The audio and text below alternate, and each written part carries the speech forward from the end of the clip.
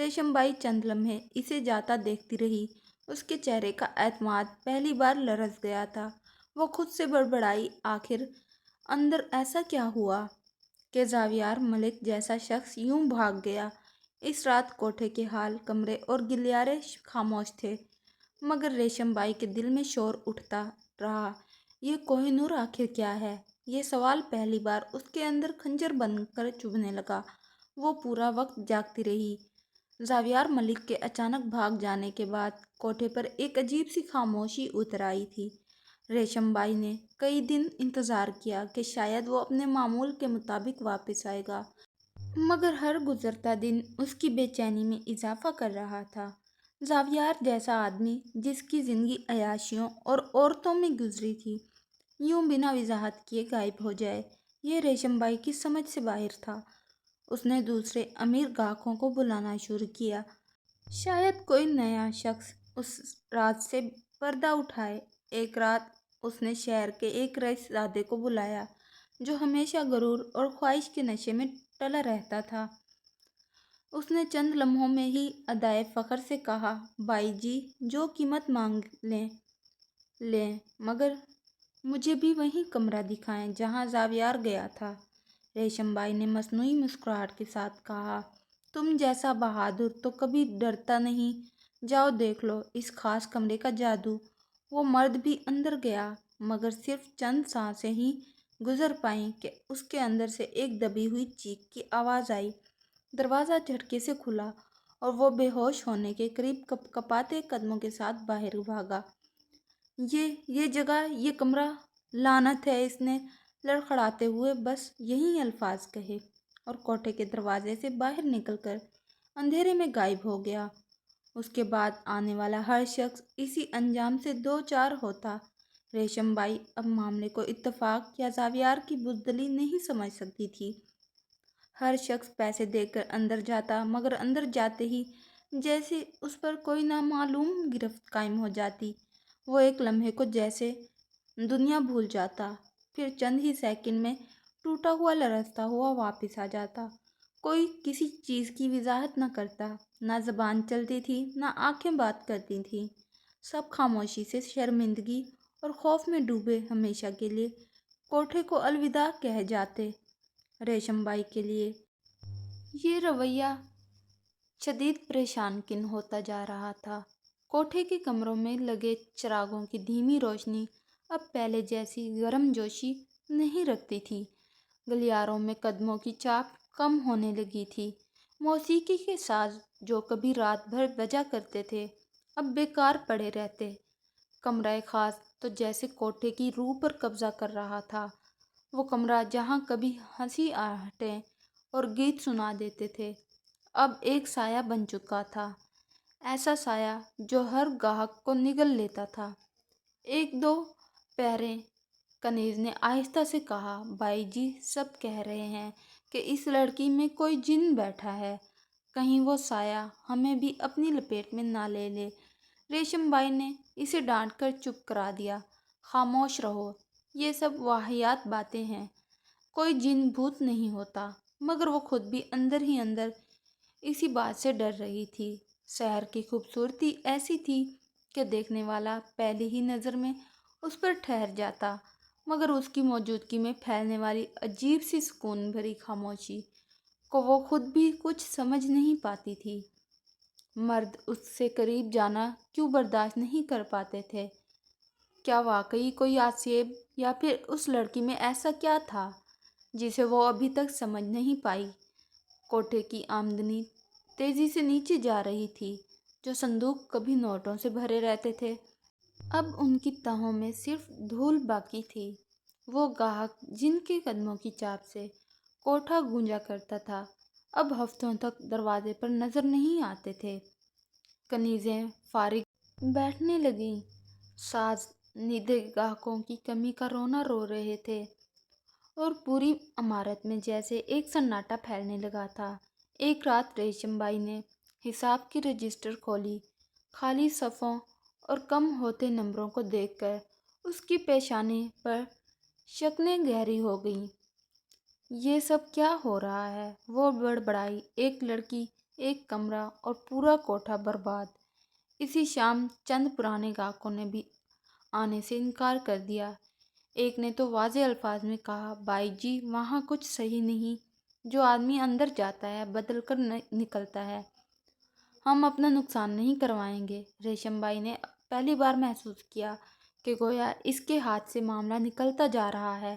رات کے آدھے پہر وہ کمرہ خاص کے باہر کھڑی رہی، دروازے پر ہاتھ رکھا، مگر وہ اسے کھول نہ سکی۔ دل میں جیسے کوئی انجانی گرفت تھی۔ آخر اس کمرے میں ایسا کیا ہے؟ وہ آہستہ سے بڑبڑائی۔ دوسری طرف کنیزیں بھی اب اس لڑکی کے کمرے کے پاس جانے سے گریز کرنے لگیں۔